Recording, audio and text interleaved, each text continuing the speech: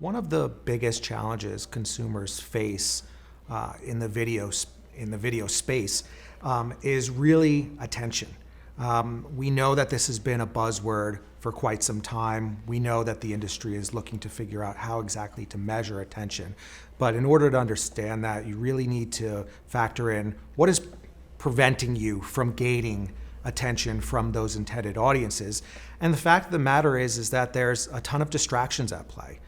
Your attention span has gone from 12 seconds, where it was 3 years ago, to a shorter attention span than a goldfish these days.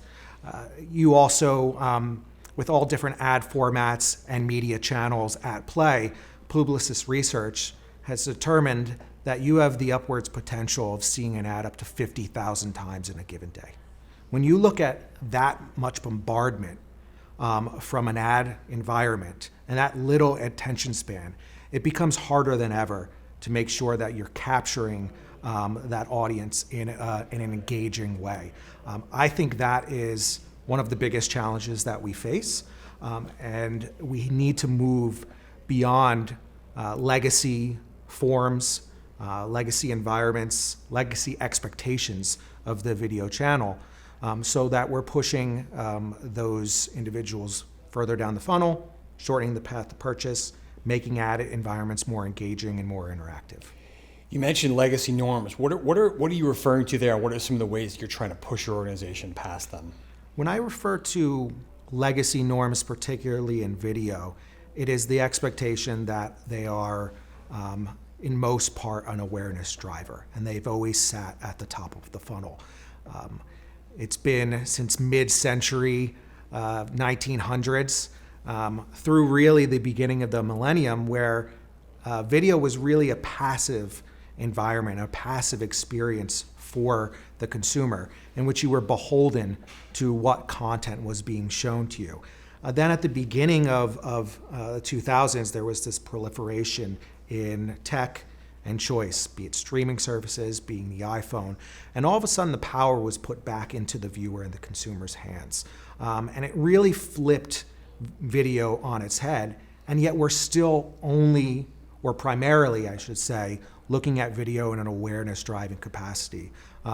Even our creative counterparts, feel that in the sense of their the expectations to build out a 60-second anthem spot as the cornerstone of their campaign.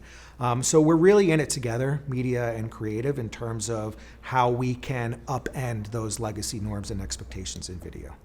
Given all those changing dynamics you described, it would seem talent's really important. Can you maybe talk about how you're mentoring media's future talent pool? In terms of mentoring media's future pool, I learned a lot during the pandemic, when everyone was at home without a choice, working quite diligently with a certain level of fear attached to it, especially in the early days of the pandemic. And I learned two things. First is that trust and empathy are the cornerstones of good leadership. It's how I've always been able to grow under other good managers that I've had. And I think we've doubled down on that during the pandemic. You had to trust that work was getting done when they weren't physically in the same space. You had to be empathetic to situations that were outside of everyone's control. It was a trying time, and it really, I think, molded me as a leader and a mentor in that way. And the second is that I saw some really fantastic work and engagement from individuals who might categorize themselves as introverts. They were given the opportunity to be in perhaps maybe a more comfortable setting, not physically in front of a ton of people. And I saw their work shine more than maybe any other personality types, if you will.